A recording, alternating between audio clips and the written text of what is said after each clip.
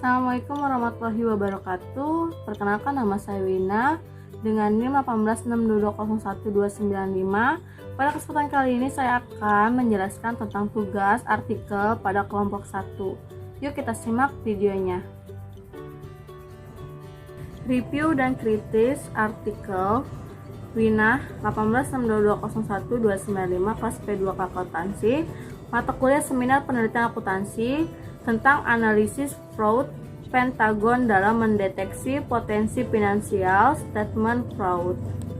Yang pertama, itu ada motivasi atau isu penelitian, di mana mendeteksi ketidaksesuaian pelaporan keuangan perusahaan yang disebabkan adanya kecurangan yang dilakukan manajemen yang mengakibatkan timbulnya kerugian yang cukup besar, menggambarkan kelemahan pihak auditor dalam mendeteksi keuangan dan pengaruh sikap pengendalian internal dengan keterkaitannya terjadi ketidakcurangan dalam perusahaan. Yang kedua itu ada Research Gap, yaitu Association for Certified Fraud Examiner ASFE 2016, yaitu penipuan merupakan tindakan atau perbuatan yang dilakukan oleh seseorang atau badan yang mengetahui bahwa dapat mengakibatkan timbulnya manfaat yang tidak baik kepada individu atau entitas satu pihak lain. Menurut Crow, pada tahun 2010, kecurangan dapat terjadi karena adanya tekanan yang merupakan dorongan untuk melakukan tindakan menyimpang atau fraud yang terjadi pada karyawan dan manajer. Yang kedua, yaitu ada artikel utama dalam penelitian. Yang pertama, yaitu menurut Shelton 2014, menyatakan tekanan atau pressure sebagai motivasi seseorang untuk melakukan sebuah penipuan biasanya karena beban keuangan. Kedua, menurut Anisha et al. Pada tahun 2016 menyatakan bahwa financial stability memiliki pengaruh positif terhadap fraudulent financial statement reganis. Sari, Budiansa, Wirajaya, dan Suprato pada tahun 2019 menyatakan bahwa financial stability tidak memiliki pengaruh terhadap financial statement fraud. Yang ketiga, itu ada Indarto dan Gozali pada tahun 2016 menyatakan bahwa tekanan eksternal memiliki pengaruh positif terhadap fraudulent financial reporting. Yang keempat ada Anisha et al. Pada tahun 2019 menyatakan bahwa target keuangan memiliki pengaruh positif terhadap financial statement fraud. Yang keenam, itu ada Indarto dan Gozali pada tahun 2016 menyatakan bahwa target keuangan tidak memiliki pengaruh terhadap fraudulent financial reporting. Yang ketujuh, itu ada Indarto dan Gozali pada tahun 2016 menyatakan bahwa target keuangan tidak memiliki pengaruh terhadap fraudulent financial reporting. Yang kedelapan ada Inayan dan Sukiman pada tahun 2016 menyatakan bahwa kondisi industri berpengaruh positif terhadap fraudulent financial reporting. Yang kesembilan itu ada Yesyariani dan Rahayu pada tahun 2016 menyatakan bahwa kondisi industri tidak berpengaruh terhadap financial statement fraud. 3. Kebaruan novelty dari penelitian. Hubungan antara potensi kecurangan, laporan keuangan berdasarkan teori fraud Pentagon. Studi ini menggunakan manajemen laba untuk menyelidiki potensi penipuan laporan keuangan, menunjukkan stabilitas laporan keuangan dan pergantian auditor berpengaruh terhadap tindak kecurangan laporan keuangan. Sedangkan tekanan eksternal dan sifat industri memberikan efek negatif terkait penipuan laporan keuangan dan variabel lainnya. Dijelaskan tidak ada keterkaitannya dengan tindak kecurangan laporan keuangan. Kritik, penelitian tidak menuliskan secara jelas novelty dalam penelitian ini.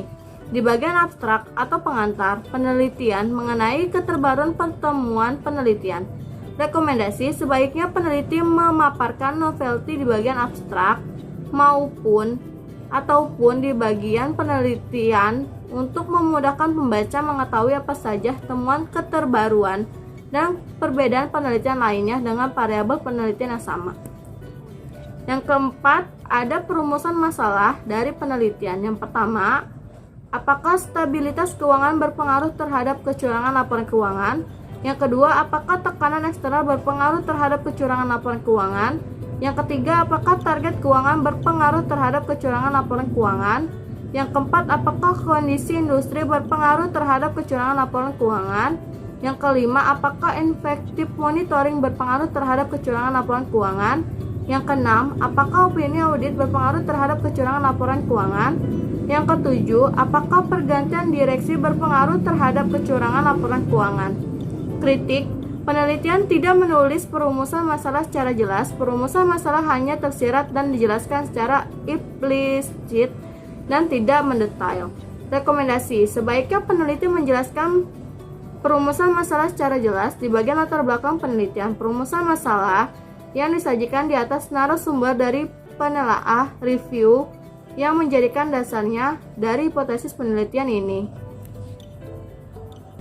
5. Tujuan penelitian. Yang pertama, 1. Untuk mengetahui pengaruh stabilitas keuangan terhadap kecurangan laporan keuangan. Yang kedua, untuk mengetahui pengaruh tekanan eksternal terhadap kecurangan laporan keuangan. Yang ketiga, untuk mengetahui pengaruh target keuangan terhadap kecurangan laporan keuangan. Yang keempat, untuk mengetahui pengaruh kondisi industri terhadap kecurangan laporan keuangan. Yang kelima, untuk mengetahui pengaruh ineffective monitoring terhadap kecurangan laporan keuangan. Yang keenam, ada untuk mengetahui pengaruh opini audit terhadap kecurangan laporan keuangan. Yang ketujuh, untuk mengetahui pengaruh pergantian direksi terhadap kecurangan laporan keuangan. Kritik, peneliti hanya menjelaskan tujuan penelitian secara general yang tertuliskan di bagian abstrak. Seharusnya peneliti menjelaskan tujuan penelitian dan hipotesis dituliskan secara terpisah, kemudian dijelaskan lebih spesifik. Tujuan penelitian yang disajikan di atas bersumber dari penelaah reviewer yang menjadikan dasarnya diambil dari hipotesis penelitian ini.